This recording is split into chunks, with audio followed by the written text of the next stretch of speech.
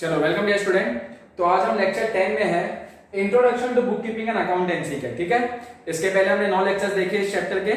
आज हमें लेक्चर 10 के अंदर। ठीक है, चलो आज हम क्या देखने वाले हैं, तो हम देखने वाले हैं अकाउंटिंग स्टैंडर्ड्स के बारे में। ठीक है, और अकाउंटिंग स्टैंडर्ड्स है क्या, पहले हम उसका मीनिंग देखेंगे, फिर डेफिनेशन देखेंगे जो कि एक राइटर ने लिखा है। ठीक है, फिर हम देखेंगे क्या क्या अकाउंटिंग स्टैंडर्ड्स है। ठीक है, तो सबसे पहले accounting standard and international financial report standard. Accounting standard का शॉर्ट फॉर्म है as and international financial report standard का शॉर्ट फॉर्म है आईएफआरएस। ठीक है, अब ये दोनों का पहले मतलब क्या है मैं आपको ऊपर ऊपर से बताता हूं। अकाउंटिंग स्टैंडर्ड मतलब क्या, इंडिया के अंदर जो institute of chartered accountant of India है, इन्होंने कुछ अकाउंटिंग स्टैंडर्ड्स बनाया है। मतलब जो भी अकाउंटेंट्स होंगे या चार्टर्ड अकाउंटेंट्स होंगे, वो जब बुक्स ऑफ अकाउंट्स बनाएंगे तो ये अकाउंटिंग स्टैंडर्ड्स को ध्यान में रख के बनाएंगे, और ये अकाउंटिंग स्टैंडर्ड सबके लिए सेम होता है। कोई भी अकाउंटेंट हो, कोई भी चार्टर्ड अकाउंटेंट हो, सबको फॉलो करना कंपलसरी अकाउंटिंग स्टैंडर्ड, क्योंकि ये institute of chartered accountant of India बोलता है, और इंडिया का जो सेंट्रल गवर्नमेंट है उन्होंने भी बोला है कि इंडिया के अंदर कोई भी अगर अकाउंटेंट होगा, चार्टर्ड अकाउंटेंट होगा, वो जो अपना बुक्स ऑफ अकाउंट्स बनाएंगे तो वो अकाउंटिंग स्टैंडर्ड्स को फॉलो करके बनाएंगे। ठीक है, एंड है इंटरनेशनल फाइनेंशियल रिपोर्ट स्टैंडर्ड। अब इंटरनेशनल फाइनेंशियल रिपोर्ट मतलब कि अगर कुछ इंटरनेशनल अकाउंटिंग करना है, जैसे कोई इंटरनेशनल कंपनी है, वो अगर अपना कुछ बना प्रिपेयर करते हैं बुक्स ऑफ अकाउंट्स या रिकॉर्ड करते हैं कोई भी ट्रांजैक्शंस, तो वो फॉलो करेंगे ये स्टैंडर्ड को, इंटरनेशनल फाइनेंशियल रिपोर्ट स्टैंडर्ड। ठीक है, हमको ज्यादा फोकस करना है अकाउंटिंग स्टैंडर्ड पे कि अकाउंटिंग स्टैंडर्ड है क्या, कौन कौन से अकाउंटिंग स्टैंडर्ड है, कौन कौन सा अकाउंटिंग स्टैंडर्ड क्या काम करता है। ठीक है, तो सबसे पहले देखो meaning, international financial report standard IFRS issued by international accounting standard board IASB. ये जो इंटरनेशनल फाइनेंशियल रिपोर्ट स्टैंडर्ड है, ये किसने इंट्रोड्यूस किया, कौन लेके आया, तो बोला है इंटरनेशनल फाइनेंशियल रिपोर्ट स्टैंडर्ड, इसका शॉर्ट फॉर्म है आईएफआरएस, इशूड बाय। ये जो इंटरनेशनल फाइनेंशियल स्टैंडर्ड है आईएफआरएस है, इसको कौन लेके आया, तो इसको लेके आया इंटरनेशनल अकाउंटिंग स्टैंडर्ड बोर्ड, जिसका शॉर्ट फॉर्म है आईएएसबी। आईएएसबी इंटरनेशनल अकाउंटिंग स्टैंडर्ड बोर्ड इस कॉन्सेप्ट को लेके आया, इंटरनेशनल फाइनेंशियल रिपोर्ट स्टैंडर्ड। आगे बोला है कि अकाउंटिंग स्टैंडर्ड को कौन लेके आया, तो बोला है स्टैंडर्ड ऑफ अकाउंटिंग, या तो बोलो स्टैंडर्ड ऑफ अकाउंटिंग, या तो बोल सकते हैं अकाउंटिंग स्टैंडर्ड, कि standard of accounting are recommended by the institute of chartered accountants of India ICAI.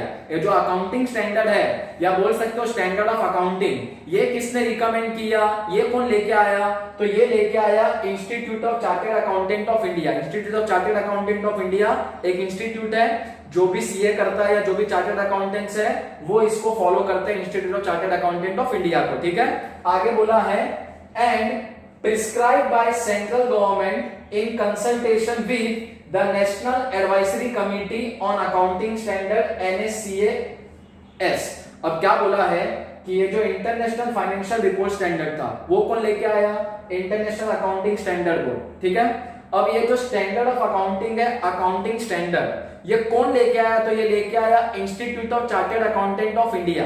इन्होंने ये अकाउंटिंग स्टैंडर्ड किसके सामने रखा, तो इन्होंने अकाउंटिंग स्टैंडर्ड रखा सेंट्रल गवर्नमेंट के सामने। बोला है प्रिस्क्राइब बाय सेंट्रल गवर्नमेंट, कि सेंट्रल गवर्नमेंट के सामने रखा, और सेंट्रल गवर्नमेंट ने किससे सुझाव लिया, इन कंसल्टेशन। इन कंसल्टेशन का मतलब कि सुझाव लेना, कि इन्होंने किसका सुझाव लिया, किसको कंसल्ट किया, तो बोला है इन consultation with the national advisory committee on accounting standard. जो नेशनल एडवाइजरी कमिटी है, मतलब जो अकाउंटिंग स्टैंडर्ड्स को देखते हैं, सेंट्रल गवर्नमेंट ने उनके साथ राय विचार किया, कंसल्टेशन किया, और फिर जाके अकाउंटिंग स्टैंडर्ड्स को लॉन्च किया, किसने, institute of chartered accountant of India ने। ठीक है, तो ये था आपका मीनिंग कि इंटरनेशनल फाइनेंशियल रिपोर्ट स्टैंडर्ड को कौन लाया, तो इंटरनेशनल अकाउंटिंग स्टैंडर्ड बोर्ड, और अकाउंटिंग स्टैंडर्ड या बोल सकते हो स्टैंडर्ड ऑफ अकाउंटिंग, इसको कौन लेके आया, तो ये रिकमेंड किया गया था इंस्टीट्यूट ऑफ चार्टर्ड अकाउंटेंट के द्वारा, चार्टर्ड अकाउंटेंट ऑफ इंडिया के द्वारा, आईसीआई के द्वारा। फिर ये किसके पास गया, सेंट्रल गवर्नमेंट के पास। सेंट्रल गवर्नमेंट ने कंसल्ट किया, सुझाव लिया, किसका,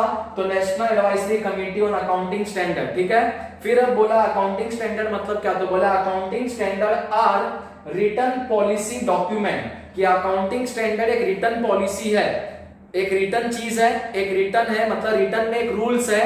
तो बोला है कि accounting standard are written policy document covering the different aspect अब अकाउंटिंग स्टैंडर्ड एक लिखा गया पॉलिसी है, एक लिखा गया रूल है, ठीक है, जिसके अंदर अलग अलग चीज कवर होता है। क्या क्या कवर होता है? सच एज रिकॉग्निशन, कि कौन से चीज को हम कब रिकॉग्नाइज करेंगे बुक्स ऑफ अकाउंट्स में, इनकम को कब रिकॉग्नाइज करना है, एक्सपेंस को कब रिकॉग्नाइज करना है। उसके बाद कॉमा, मेजरमेंट, मेजरमेंट का भी कॉन्सेप्ट हमने देखा था कि जिसमें क्या बताया था कि जो मॉनेटरी टर्म्स में ट्रांजैक्शन है खाली उसी को रिकॉर्ड किया जाता है बुक्स ऑफ अकाउंट्स में जहां पे पैसा इन्वॉल्व होगा, तो ये अकाउंटिंग स्टैंडर्ड भी कवर करता है इस चीज को। उसके बाद ट्रीटमेंट, ट्रीटमेंट का मतलब कौन से ट्रांजैक्शन को कैसे ट्रीट करना है, कैसे रिकॉर्ड करना है, क्या डेबिट में रिकॉर्ड करना है, क्या क्रेडिट में रिकॉर्ड करना है। एंड प्रेजेंटेशन, प्रेजेंटेशन मतलब कौन से चीज को हम कैसे दिखाएंगे बुक्स ऑफ अकाउंट्स में। तो कोई भी चीज को रिकॉग्नाइज करना मतलब कब उसको रिकॉग्नाइज करना है, कब उसको बुक्स में रिकॉर्ड करना है। कॉमा, मेजरमेंट, कोई भी चीज को मेजर करना मॉनेटरी टर्म्स में, नॉन मॉनेटरी टर्म्स में। ट्रीटमेंट, कौन से चीज को किस तरीके से हम ट्रीट करेंगे, क्या डेबिट में दिखाएंगे, क्या क्रेडिट में दिखाएंगे। एंड प्रेजेंटेशन, कि कैसे बुक्स में हम चीजों को दिखाएंगे। तो ये सब चीज कवर करता है अकाउंटिंग स्टैंडर्ड। तो अकाउंटिंग स्टैंडर्ड क्या है? तो accounting standard are written policy document covering the different aspect. Accounting standard क्या है? तो एक रिटन पॉलिसी है, एक लिखा हुआ चीज है जो अलग अलग चीज को कवर करता है। जैसे कि वो क्या क्या कवर करता है? तो रिकॉग्निशन को कवर करता है कि कौन से चीज को हम कब रिकॉग्नाइज करेंगे। कॉमा, मेजरमेंट, कौन से चीज को कैसे मेजर करेंगे वो चीज लिखा है अकाउंटिंग स्टैंडर्ड के अंदर। उसके बाद ट्रीटमेंट, कौन से ट्रांजैक्शन को हम डेबिट करेंगे, किसको क्रेडिट करेंगे। एंड प्रेजेंटेशन, कि कौन से चीज को हम कैसे दिखाएंगे बुक्स में। ये सब चीज हमारा अकाउंटिंग स्टैंडर्ड के अंदर लिखा गया है, ठीक है। तो ये था हमारा मीनिंग कि ये जो IFRS है इसको कौन लेके आया, जो अकाउंटिंग स्टैंडर्ड है इसको कौन लेके आया, किसने प्रिस्क्राइब किया, किसके साथ कंसल्टेशन किया गया। और फिर हमने देखा कि अकाउंटिंग स्टैंडर्ड है क्या, तो एक रिटन डॉक्यूमेंट है, ठीक है, जो अलग अलग चीजों को कवर करता है, जैसे कि रिकॉग्निशन, मेजरमेंट या ट्रीटमेंट या प्रेजेंटेशन, ठीक है। तो हमने मीनिंग देख लिया इसका। अब डेफिनेशन, कि अकाउंटिंग स्टैंडर्ड का डेफिनेशन। तो कोहलर स्टेट, कोहलर मतलब कोई राइटर है, उन्होंने क्या बताया, उन्होंने स्टेट किया। कोहलर स्टेट्स का मतलब कि कोहलर ने क्या बताया कि कोहलर के हिसाब से अकाउंटिंग स्टैंडर्ड है क्या। तो देखो क्या बोला है, accounting standard R code of conduct, कि कोहलर के अनुसार accounting standard code of conduct है। कोड ऑफ कंडक्ट का मतलब रूल्स एंड रेगुलेशन, नियम और कानून, कि अकाउंटिंग स्टैंडर्ड एक नियम और कानून है। ऐसा कौन बोलता है? कोहलर।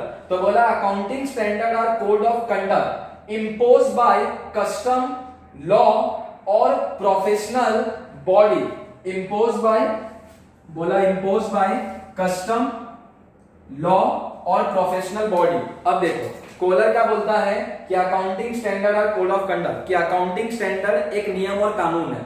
अब यह नियम और कानून बनाया किसने? तो बोला है इम्पोज बाय कस्टम, लॉ और प्रोफेशनल बॉडी। बोलता है कि जो कस्टम है मतलब जो पहले से रीति चलते आ रहा है, या जो लॉ है, जो कानून है, ठीक है, या जो प्रोफेशनल बॉडी, प्रोफेशनल बॉडी मतलब ये जो institute of chartered accountant of India है, ICAI, ये भी एक प्रोफेशनल बॉडी है, क्योंकि जितने भी इंडिया के अंदर चार्टर्ड अकाउंटेंट्स हैं उनको गाइड कौन करता है? तो institute of chartered accountant of India. तो ये जो अकाउंटिंग स्टैंडर्ड है ये क्या है? तो एक कोड ऑफ कंडक्ट है, एक रूल्स एंड रेगुलेशन है। और ये रूल्स एंड रेगुलेशन को बनाया किसने? तो ये रूल्स एंड रेगुलेशंस को बनाया किसने? तो कस्टम, लॉ और प्रोफेशनल बॉडी। कि इंडिया के अंदर जितने भी प्रोफेशनल बॉडी है, मतलब जो प्रोफेशनल बॉडी है ICAI, ठीक है, उसके अनुसार, और जो लॉ है इंडिया का जो कानून है उसके अनुसार, एंड कस्टम कि इंडिया के अंदर जो रीति रिवाज है, ठीक है, तो इसके हिसाब से अकाउंटिंग स्टैंडर्ड को बनाया गया। तो बोला accounting standard R code of conduct, कि अकाउंटिंग स्टैंडर्ड क्या है? तो एक नियम और कानून है। इम्पोज बाय, इम्पोज बाय का मतलब कि ये कौन फॉलो करता है और इसको किसने बनाया है? तो कस्टम, कि हर अकाउंटेंट के लिए, बिजनेसमैन के लिए कंपलसरी होता है अकाउंटिंग स्टैंडर्ड को फॉलो करना। कॉमा, लॉ, ये कानून है कि जो फॉलो ही करना है। और प्रोफेशनल बॉडी, कि जितने भी इंडिया के अंदर प्रोफेशनल बॉडी है, जैसे institute of chartered accountant of India है, तो वो इसको फॉलो करते हैं अकाउंटिंग स्टैंडर्ड को। आगे बोला है for the benefit of public accountant. अब ये अकाउंटिंग स्टैंडर्ड को किसके बेनिफिट के लिए, किसके फायदे के लिए बनाया गया? तो अकाउंटेंट्स के लिए एंड अकाउंटेंट जनरली, मतलब जितने भी अकाउंटेंट्स है, चाहे पब्लिक अकाउंटेंट्स हो, चाहे वो किसी भी कंपनी में काम करे, कहीं भी काम करे, हर अकाउंटेंट्स के लिए बेनिफिट होता है अकाउंटिंग स्टैंडर्ड। क्योंकि अकाउंटिंग स्टैंडर्ड क्या है? कोड ऑफ कंडक्ट है, एक नियम और कानून है। इम्पोज बाय मतलब कि ये सबको फॉलो करना है एज अ कस्टम, या तो समझो कि वो एक रीति रिवाज है जो कि फॉलो करना ही है, या फिर लॉ यानी कि मान लो कि वो एक कानून है अकाउंटिंग स्टैंडर्ड, और प्रोफेशनल बॉडी मतलब जो ICAI institute of chartered accountant of India, उसके अंदर जितने भी प्रोफेशनल है, जितने भी अकाउंटेंट्स है या चार्टर्ड अकाउंटेंट्स है, वो इसको फॉलो करेंगे अकाउंटिंग स्टैंडर्ड को, क्योंकि ये उनके ही बेनिफिट के लिए बनाया गया है। जो अकाउंटेंट्स है उनके बेनिफिट के लिए बनाया गया है अकाउंटिंग स्टैंडर्ड्स। ठीक है, तो ये था हमारा मीनिंग कि अकाउंटिंग स्टैंडर्ड्स मतलब क्या, और ये अपना की डेफिनेशन। तो कोलर ने डेफिनेशन दिया अकाउंटिंग स्टैंडर्ड का कि अकाउंटिंग स्टैंडर्ड है क्या, और इसको कौन फॉलो करता है और क्यों फॉलो करता है, किसके बेनिफिट के लिए बनाया गया है। ठीक है, अब accounting standards are explained as follow. Reality में बहुत सारे अकाउंटिंग स्टैंडर्ड्स है, लेकिन हमको यहाँ पे कुछ 10 या 12 अकाउंटिंग स्टैंडर्ड एक्सप्लेन किया गया है। ठीक है, सबसे पहला है AS1। AS1 का मतलब अकाउंटिंग स्टैंडर्ड 1। अकाउंटिंग स्टैंडर्ड 1 ये क्या काम करता है, तो disclosure of accounting policy. Disclosure of accounting policy का मतलब, डिस्क्लोजर का मतलब होता है कोई भी चीज को शो करना, और अकाउंटिंग पॉलिसी का मतलब, अब जब बिजनेसमैन या अकाउंटेंट बुक्स ऑफ अकाउंट बनाता है, तो बुक्स ऑफ अकाउंट बनाने के टाइम पे बहुत सारे अकाउंटिंग पॉलिसी को फॉलो करता है। तो जो भी अकाउंटिंग पॉलिसी को फॉलो करके उसने बुक्स ऑफ अकाउंट बनाया है, यह अकाउंटेंट का काम है, बिजनेसमैन का काम है कि अकाउंटिंग पॉलिसी को डिस्क्लोज करना। मतलब जो भी अकाउंटिंग पॉलिसी उसने फॉलो किया है, उसको अपने बुक्स ऑफ अकाउंट में कहीं भी डिस्क्लोज करो कि हाँ भाई हमने ये पॉलिसी फॉलो करके बुक्स ऑफ अकाउंट बनाया है। तो यही काम होता है AS1 का। तो क्या बोला है, दिस स्टैंडर्ड स्टेट, कि ये स्टैंडर्ड क्या बोलता है AS1, that accounting policy followed by the business, कि बिजनेसमैन ने जो भी अकाउंटिंग पॉलिसी फॉलो किया in the preparation and presentation of financial statement, financial statement prepare करने के लिए और फाइनेंशियल स्टेटमेंट प्रेजेंट करने के लिए, फाइनेंशियल स्टेटमेंट मतलब कि फाइनल अकाउंट। ठीक है, तो बिजनेसमैन ने जो भी पॉलिसी फॉलो किया फाइनेंशियल स्टेटमेंट को प्रिपेयर करने के लिए या फाइनेंशियल स्टेटमेंट को प्रेजेंट करने के लिए, should be disclose in one place, कोई ना कोई एक जगह पे उसको डिस्क्लोज करना होगा।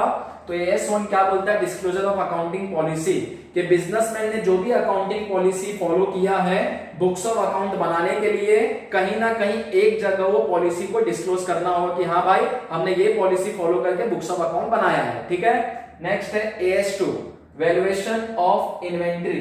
अब वैल्यूएशन का मतलब होता है कोई भी चीज का दाम निकालना, कोई भी चीज का वैल्यू फाइंड करना कि उसका कीमत कितना है। और इन्वेंट्री का मतलब क्या होता है, तो इन्वेंट्री का मतलब होता है कि स्टॉक। स्टॉक का मतलब क्या होता है, तो बिजनेसमैन के पास जो भी गुड्स पड़ा होता है उसके दुकान में या उसके गोडाउन में, उसको बोलते हैं स्टॉक। या तो तुम स्टॉक बोलो या तो तुम इन्वेंट्री बोलो। ठीक है, अब बिजनेसमैन के पास जो स्टॉक है या बिजनेसमैन के पास जो इन्वेंट्री है, तो वो अपने स्टॉक का या अपने इन्वेंट्री का वैल्यू कैसे निकालेगा।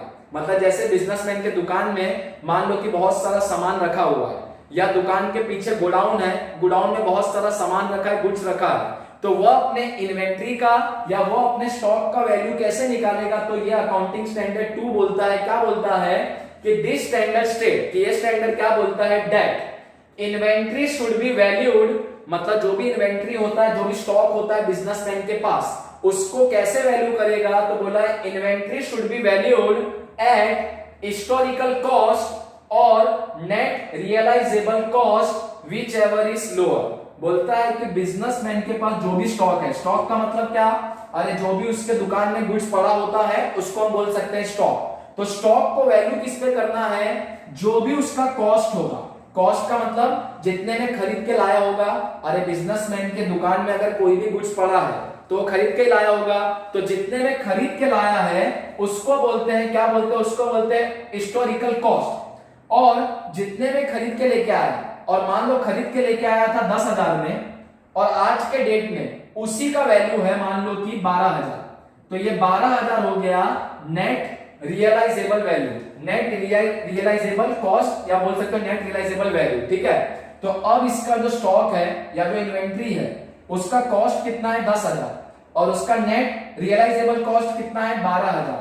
ये दोनों में से कम कितना है 10,000, तो इस पे हम वैल्यू करेंगे इन्वेंट्री को।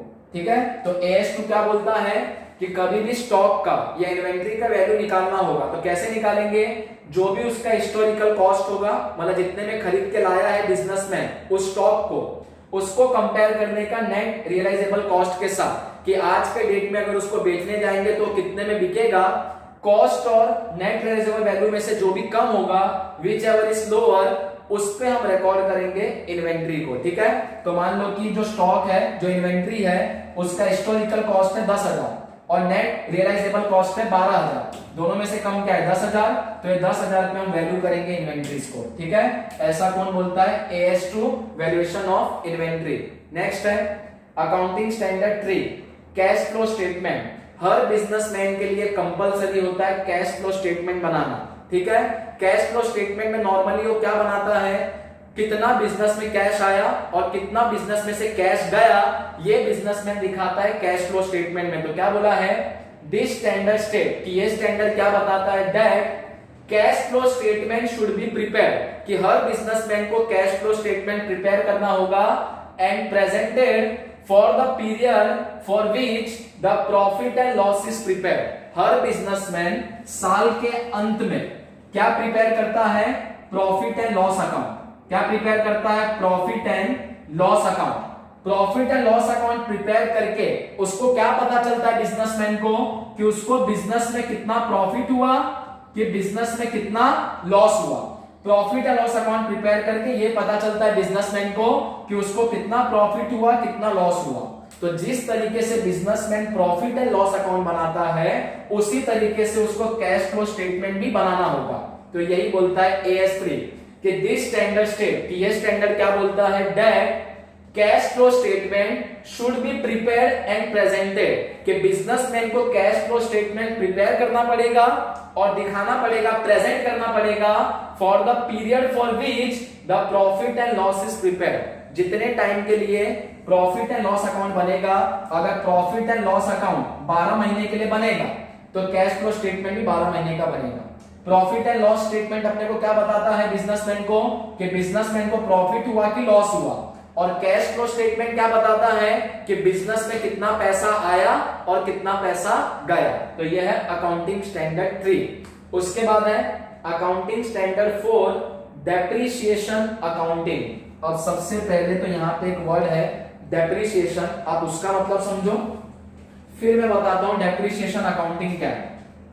ठीक है, चलो डेप्रिसिएशन क्या होता है, देखो कोई भी अगर एसेट है, एसेट मान लो बिजनेसमैन के पास फर्नीचर है और कितने का फर्नीचर है, 15,000 का। ठीक है, अब ये 15,000 का फर्नीचर मान लो जनवरी में है, तो दिसंबर तक आते आते उसका वैल्यू 15,000 नहीं रह जाएगा, उसका वैल्यू कम हो जाएगा।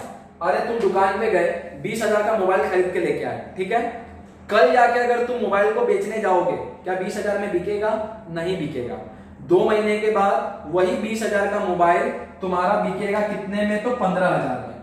ठीक है, क्यों? बोलोगे सर मैं 20,000 का लेके आया था, 15 में क्यों बेचूंगा 2 महीने के बाद? अरे एसेट का वैल्यू कम होता है। तो वैसे ही अगर मान लो बिजनेसमैन के पास 15,000 का फर्नीचर है जनवरी में, तो दिसंबर आते आते उसका वैल्यू हो जाएगा 10,000। बोलोगे सर 5,000 कहां चले गया?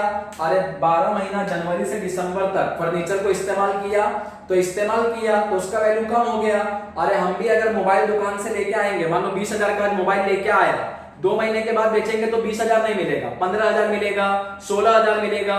कम क्यों मिलेगा? क्योंकि हमने 2 महीना मोबाइल को यूज किया तो उसका वैल्यू कम हो गया। इसी को बोलते हैं डेप्रिसिएशन। डेप्रिसिएशन का मतलब एसेट के वैल्यू को कम करना। एसेट को यूज करते हैं, यूज करने से उसका वैल्यू कम होता है, और जितना भी उसका वैल्यू कम होता है, जैसे मान लो जनवरी में फर्नीचर था 15,000 का, दिसंबर में वही फर्नीचर कितने का हो गया? 10,000 का। तो 15,000 का फर्नीचर 10,000 हो गया, 5,000 कम हुआ कि नहीं? ये 5,000 को हम बोलेंगे डेप्रिसिएशन। अब अकाउंटिंग स्टैंडर्ड 4 क्या बोलता है? This standard tell us that, कि ये स्टैंडर्ड हमको बोलता है the depreciation charge on the fixed asset should be allocated on the systematic basis। ये अकाउंटिंग स्टैंडर्ड 4 बोलता है कि जो भी डेप्रिसिएशन हम एसेट पे निकालते हैं, जैसे यहाँ पे एसेट था 15,000 का जनवरी में, दिसंबर आते आते 10,000 हो गया, 5,000 डेप्रिसिएशन है। तो ये अकाउंटिंग स्टैंडर्ड 4 क्या बोलता है, जो भी डेप्रिसिएशन हम निकालते हैं एसेट पे उसको सिस्टमैटिकली निकालना है, ठीक है। तो बोला है this standard tells us that the depreciation charge on the fixed asset should be allocated on the systematic basis for each accounting period during the useful life of an asset. जितने साल तक एसेट इस्तेमाल होगा, 2 साल होगा तो 2 बार depreciation निकलेगा, 3 साल इस्तेमाल होगा एसेट तो 3 बार डेप्रिसिएशन निकलेगा, 4 साल इस्तेमाल होगा एसेट तो 4 बार डेप्रिसिएशन निकलेगा। तो यही बोला है B allocated on the systematic basis. एक तो सिस्टमैटिकली डेप्रिसिएशन निकालना होता है for each accounting period during the useful life of an asset. Useful life का मतलब जितने साल तक एसेट को यूज करेंगे हर साल डेप्रिसिएशन निकलेगा, ऐसा बोलता है अकाउंटिंग स्टैंडर्ड 4। तो ये है डेप्रिसिएशन अकाउंटिंग, ठीक है।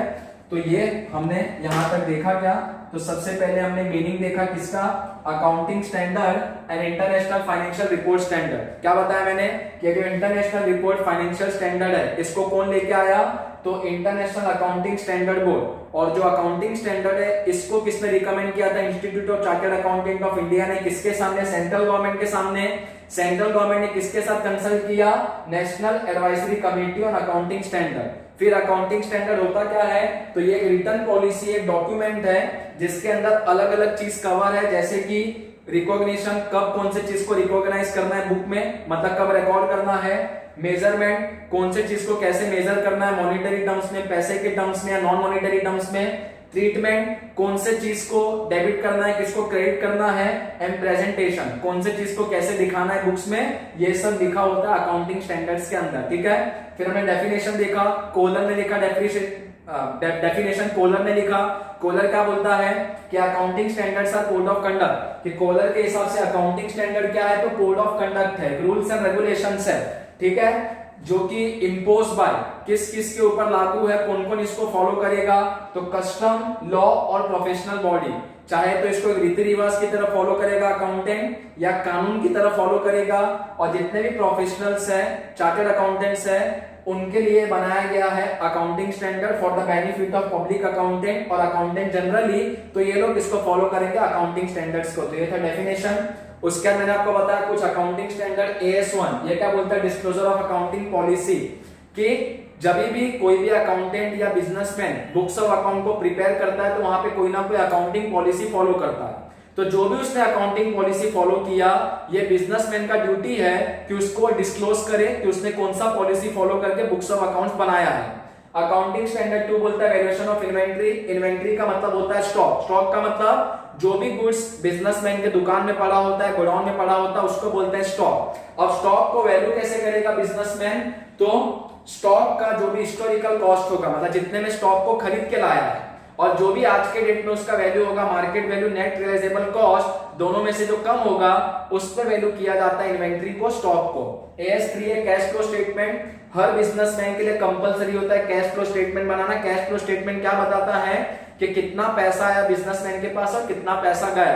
तो जितने टाइम के लिए प्रॉफिट एंड लॉस अकाउंट बनाएगा उतने ही टाइम के लिए कैश फ्लो स्टेटमेंट भी बनाएगा।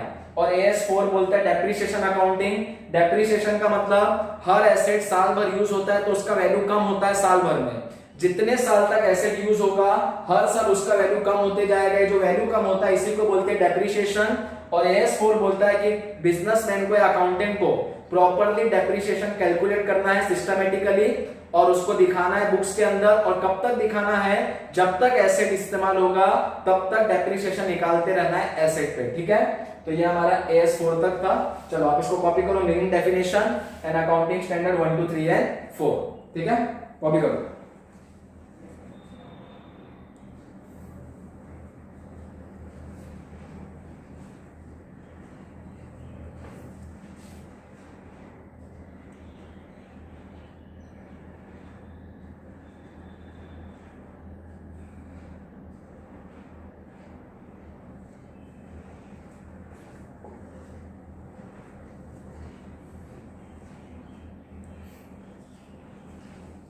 ठीक है स्टूडेंट, तो आप इसको कॉपी कर लेना। बाकी और भी अकाउंटिंग स्टैंडर्ड है वो हम देखेंगे नेक्स्ट लेक्चर में, और नेक्स्ट लेक्चर हमारा लास्ट लेक्चर होगा चैप्टर 1 का। ठीक है। तो आप लोग इसको कॉपी करो, बाकी इसके का अकाउंटिंग स्टैंडर्ड मैं आपको नेक्स्ट लेक्चर में बताता हूँ, ठीक है। और इस लेक्चर में अगर आपको कुछ डाउट होगा तो आप लोग को मैसेज करके पूछ सकते हो, ठीक है। कॉपी कर लो इसको, बाकी मिलते हैं नेक्स्ट लेक्चर में।